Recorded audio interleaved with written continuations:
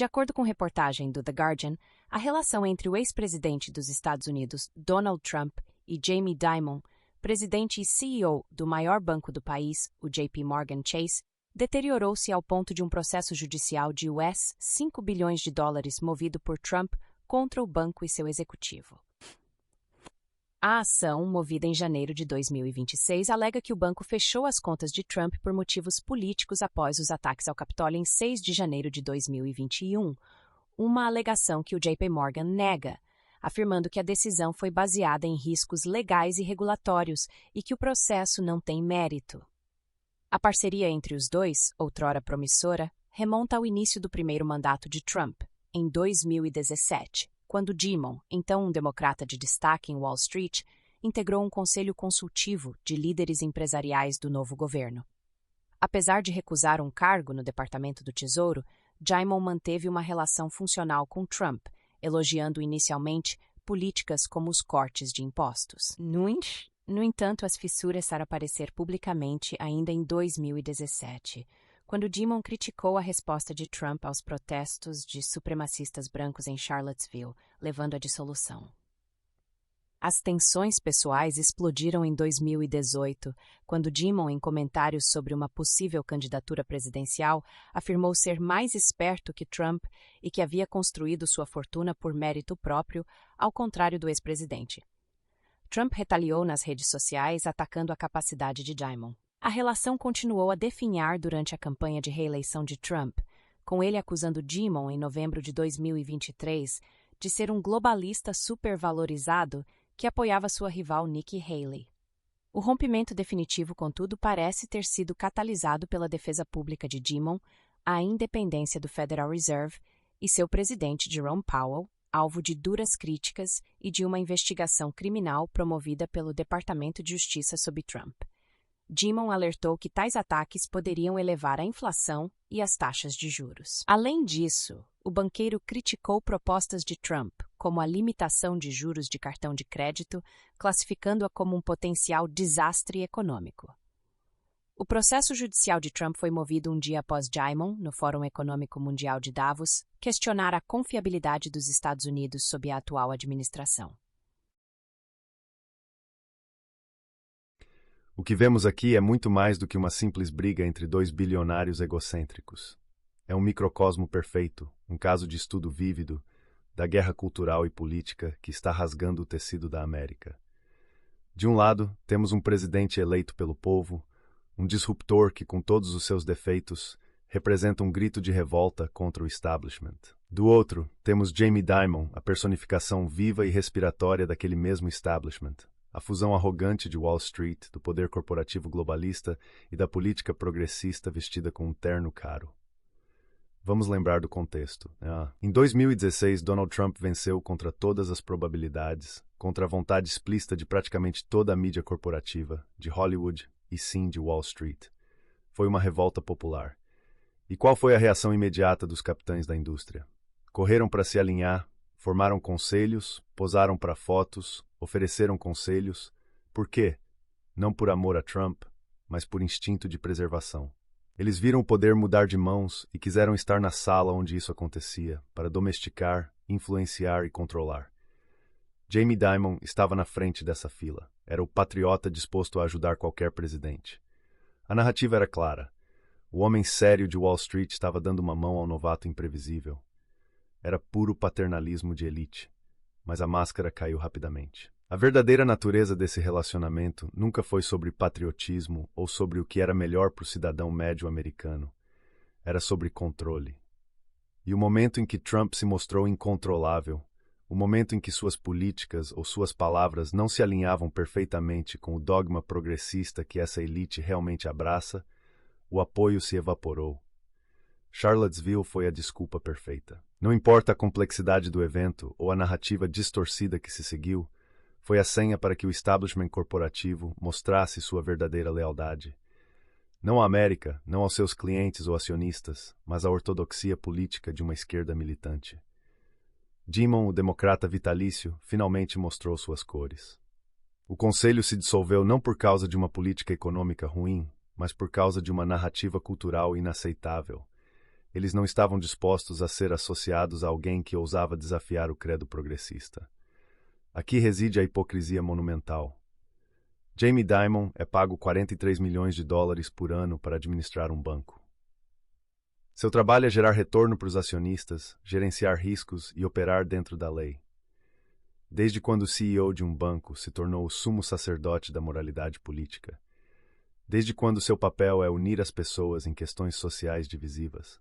Pergunte a si mesmo, se um pequeno empresário no meio do país fechasse a conta de um cliente porque discordava de suas opiniões políticas, ele seria celebrado na capa das revistas ou processado por discriminação? Seria um escândalo. Mas quando Jamie Dimon faz isso, sob o véu nebuloso de risco regulatório, a mídia mainstream trata como uma decisão de negócios prudente. É a aplicação seletiva das regras, uma para a elite conectada, outra para o resto de nós. O processo de 5 bilhões de dólares é apenas o sintoma final desta doença. Trump está processando porque pode.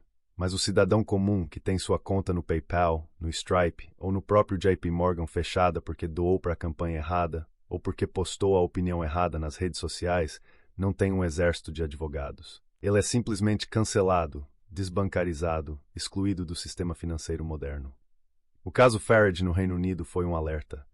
Alison Rose, a CEO do NatWest, caiu por admitir o que é prática padrão nos corredores do poder: usar dados privados e influência institucional para prejudicar figuras políticas inconvenientes. O que Trump está alegando é essencialmente a versão americana e em escala bilionária do mesmo fenômeno: a weaponização do sistema financeiro contra dissidentes políticos.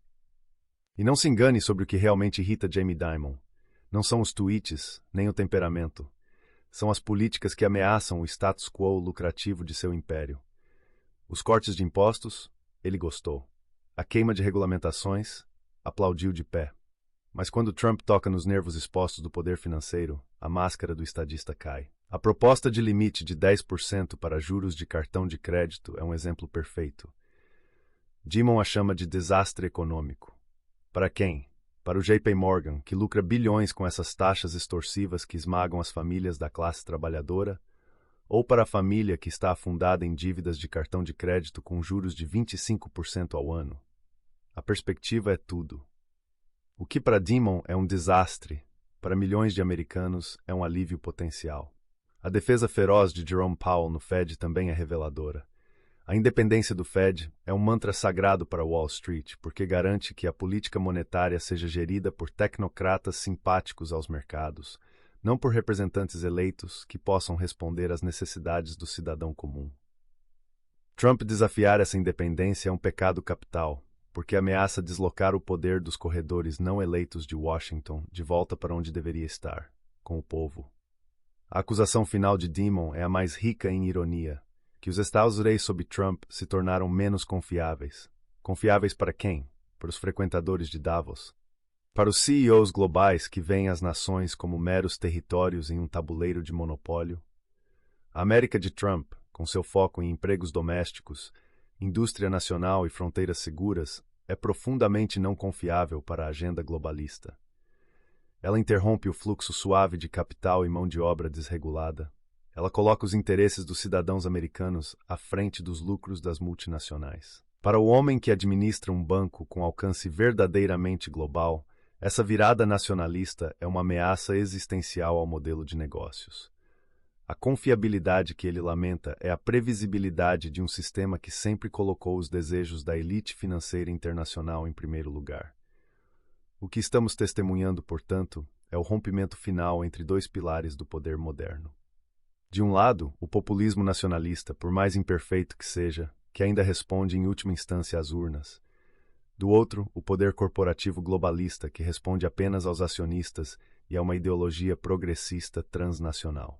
Jamie Dimon não é mais apenas um banqueiro. Ele é um ator político de primeira linha, financiando candidatos como Nikki Haley, usando a influência econômica de sua instituição para moldar a governança. E quando um presidente se recusa a se curvar a essa influência, o sistema financeiro é acionado como arma. A lição para os conservadores e para qualquer americano que valorize a soberania é cristalina. As grandes instituições financeiras, midiáticas, tecnológicas não são neutras. Elas são capturadas por uma visão de mundo progressista e globalista. Elas falam em risco e conformidade, mas muitas vezes estão codificando preconceitos políticos. A batalha pela América não será travada apenas nas urnas, mas também no acesso aos serviços básicos da vida moderna. Uma conta bancária, uma plataforma de pagamento, uma presença online. Se um ex-presidente pode ser alvejado desta forma, imagine o que acontece com você, cidadão comum, que ousa pensar diferente. O processo judicial em si pode ser apenas mais um capítulo na saga interminável de Trump. Mas seu significado simbólico é colossal. É a declaração aberta de que o Estado profundo tem uma contraparte financeira. Um deep finance, igualmente não eleito, igualmente poderoso e igualmente empenhado em punir a dissidência. A pergunta que fica não é se Trump vencerá ou perderá no tribunal. A pergunta é: em que tipo de país queremos viver? Um onde gigantes corporativos não eleitos podem decidir quem participa da vida econômica e política com base em suas opiniões, ou um onde a soberania do cidadão, expressa através de seu voto, ainda tem o poder de desafiar até mesmo os mais poderosos barões de Wall Street. A briga entre Trump e Dimon é apenas o round de abertura. A luta real é pela alma da própria república.